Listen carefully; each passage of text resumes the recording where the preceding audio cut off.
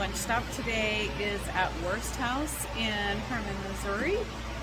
Welcome to German food.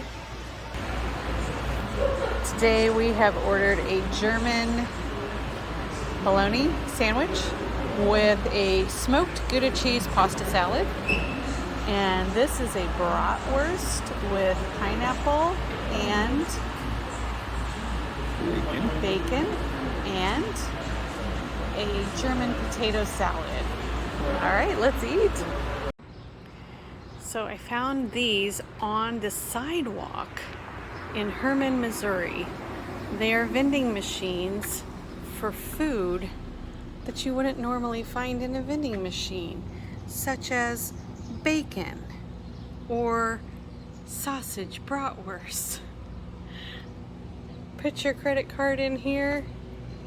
Food slides out into that cubby. You can get carrot cake, chocolate cake, gummy candy, all sorts of things.